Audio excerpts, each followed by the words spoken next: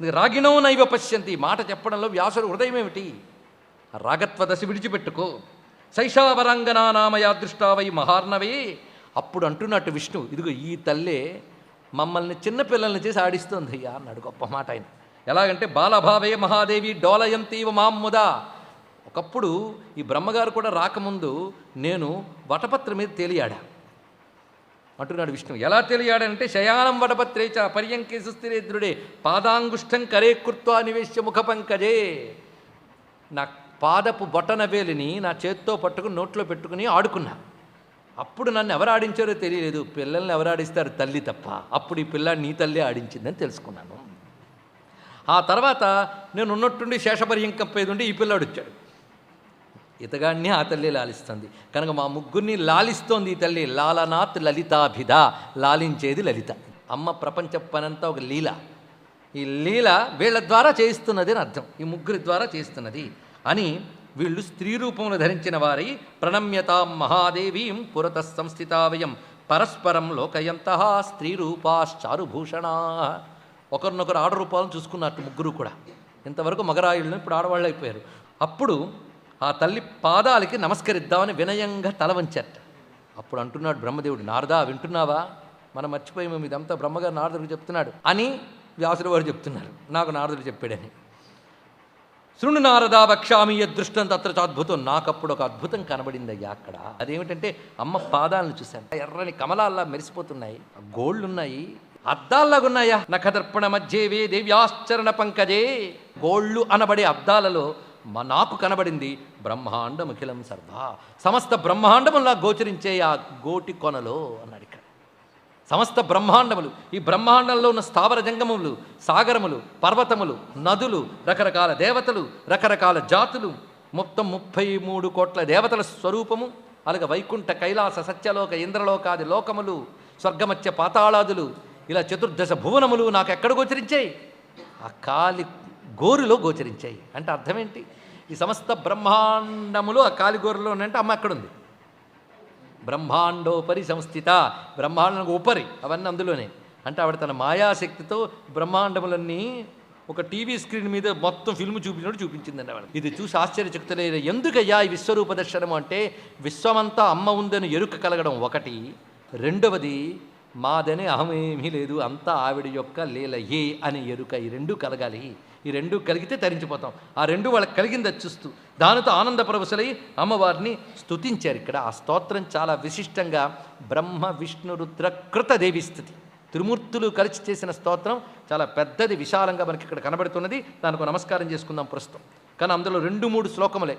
బ్రహ్మా సృజత్యవతి విష్ణురుమాపతిశ్చ సంహారకారక ఇయంతు జనే ప్రసిద్ధి.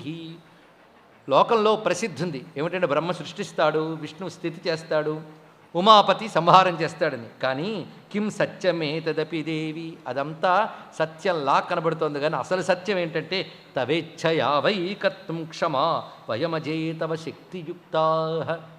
అవి చెయ్యాలనే ఇచ్ఛ కానీ చేయగలిగే శక్తి కానీ ఆ 3 నువ్వేనమ్మా, ఇది సత్యం అని వారు నమస్కరించి నమో దేవి మహావిద్యే నమామి చరణము తవ సదా జ్ఞానప్రకాశం మే దేహి సర్వార్థదే శివే. ఓ తల్లి నీకు నమస్కారము, మాకు నువ్వు జ్ఞానమును ప్రకాశింపజేయు. ఇదే బుద్ధి జ్ఞాన ప్రచోదయాలు. మరొకట్లేదండి. అడగాల్సింది ఒక్కటే, మా బుద్ధికి ఏది ఉచితమో అది నువ్వే స్ఫురింపజేయు. ఇదే ఆఖరి మాట వారి స్తోత్రంలో నమస్కారం చేశారు. అమ్మా మాకేమీ తెలియదు, ఇది ఒక్కటి తెలిస్తే చాలండి. ఏమని? మాకేమీ తెలియదని. ఏదో తెలుసు అనుకున్నామా, అసలు తెలియదు. ఏది తెలియదని తెలుసుకుని ఆవిడ దగ్గర ఒప్పుకుంటే అన్నీ తెలియజేస్తుంది ఆ తల్లి. అందుకు అమ్మ మాకేమీ తెలియదు అనే విషయాన్ని చెప్తున్నాడు. నహి విద్మవయం శివే, మాకేమీ తెలియదు తల్లి అని ఆ తల్లి పాదాలని ఆశ్రయించగానే ఆ తల్లి ఆ శివుణ్ణి దగ్గరికి పిలిచిందిట. రాయిలా పిలిచి నీకు నేను ఇవ్వాల్సిన శక్తులన్నీ ఇస్తున్నాను గ్రహించు అని ఆ చెవులో మంత్రాన్ని ఉపదేశించింది ఆ తల్లి. ఏ మంత్రం? శివుడి చెవులో ఏ మంత్రం చెప్పినా మనకు తెలుస్తుందా? కానీ దేవి భాగవతం చెప్తున్నది నవార్ణ మంత్రాన్ని ఉపదేశించింది అని ఇక్కడ వివరించారు. నవార్ణ మంత్రం 9 అక్షరాల అమ్మవారి యొక్క మహామంత్రాన్ని శివుడు ఉపదేశం పొందాడు. మొట్టమొదటి మంత్రం ఎవరిచ్చారు? అమ్మవారే ఇచ్చారు. దాన్ని పుచ్చుకున్న వెంటనే ఆనందపరచులో పక్కకెళ్ళి జపం చేసుకుంటున్నట్ట. ఆ తర్వాత విష్ణువు అమ్మవారిని స్తుతిస్తే అప్పుడు విష్ణువునికి కూడా ఆ మంత్రాన్ని ఉపదేశించింది. అలాగే బ్రహ్మకు కూడా ఆ మంత్రాన్ని ఉపదేశించింది. ముగ్గురు ఈ మంత్రము ద్వారా సిద్ధి పొందేరు అని తెలిసిన తర్వాత ఆ తల్లి ముగ్గురికి కూడా తన నుండి 3 శక్తులు సృజించిందిట. సరస్వతి, దుర్గా, లక్ష్మి. ఇందులో సరస్వతి బ్రహ్మకు శక్తిగా ఇవ్వబడినది, లక్ష్మి విష్ణువునకు, దుర్గా రుద్రునికి ఇవ్వబడింది. ఈ ముగ్గురు సహాయంగా మీరు సృష్టి స్థితిలో చేయండి, వీరి సహాయంతో మీకు 3 లోకాలు ఏర్పడతాయి అని చెప్పారు. ఉంది ఇల్లాలు వస్తేనే కదా ఇల్లు. అందుకు వాళ్ళ ముగ్గురు రాగానే 3 లోకములు వీళ్ళ పాలన మొదలైంది. ఇక్కడ వీళ్ళు చేసినటువంటి స్తోత్రములు కూడా చాలా విశేషంగా కనబడుతున్నాయి. అక్కడ అమ్మవారు చెప్తున్నారు, ఇప్పుడు మీ ముగ్గురు నేను లేకపోతే లేరు. ఇది విషయం. జలే శీతం తథావహ్నా వౌష్ట్యం జ్యోతిర్దివాకరే నిశానాదే హిమాకామం ప్రభవామి యథా తథా. ఇక్కడ గొప్ప మాట చెప్తోంది తల్లి. నేను లేనిది ప్రపంచంలో ఒక్క వస్తువు కూడా లేదు సుమా, మత్త పరతరన్నాస్తి. ఆ మాట ప్రస్తావన చేస్తున్నది ఆ తల్లి. ఏమిటి అంటే జలే శీతం, నేను ఎలా ఉన్నాను ప్రపంచంలో అంటే ఉదాహరణ చెప్తోందమ్మ. నీటిలో చల్లదనంలా, అగ్నిలో వేడిమిలా, సూర్యునిలో వెలుగులా, చంద్రుడిలో వెన్నెలలా, మంచులో చల్లదనంలా. ఇప్పుడు ఈ ఉపమానాలు బాగా చూస్తే మీరు దీని నుంచి వేరు చేయలేరు కదా వేటిని కూడా. వాటిలో అది కలిసి ఉంది, విడిగా లేదు. సూర్యుడు వెలుగు తప్ప ఉంటూ కాదు సూర్యుడు. ఇలా తెలుసుకోవాలి. ఎలాగైతే శక్తి విశ్వములో ఉన్నది అంటే పోలిక ఇది చెప్తున్నారు. నీటి యందు చలువల, అగ్ని యందు వేడిమిల, సూర్యుని యందు వెలుగుల, చంద్రుని యందు వెన్నెల వలె, మంచులో చల్లదనము వలె విశ్వంలో ప్రతిదాని యందు నేనున్నాను. నేను లేకపోతే మయా త్యక్తం విధేనోనం స్పందితం నక్షమం భవేత్. నేను లేకపోతే స్పందించను కూడా లేరయ్యా అన్నాడు. ఈ స్పందన అంటే అర్థం ఏంటి? వైబ్రేషన్. ఒకడే కూర్చున్నాడు, ఇలా తట్టారు, ఒకసారి లేచాడు ఆయన. వాడు పురాణం విన్నాడా లేదా పక్కన పెట్టండి, స్పందించాడా లేదా చెప్పండి. స్పందించాడా లేదా? మీరు తట్టారు, కదల్లే, తోసారు, కదల్లే, నీళ్ళు పోసారు, కదల్లే, అప్పుడేమిటి? అదే అర్థం. అంటే అర్థం ఏంటి? చైతన్యం లేదని అర్థం అనమాట. వాడు పురాణం వినని వాడు నిద్రపోయేవాడు కనిపించచ్చు, కానీ వాడి స్పందన లేకపోతే నిద్రపోవడానికి కూడా వాడు ఉండడు. అది ఇక్కడ. కనుక ఇప్పుడు అర్థం ఏంటి?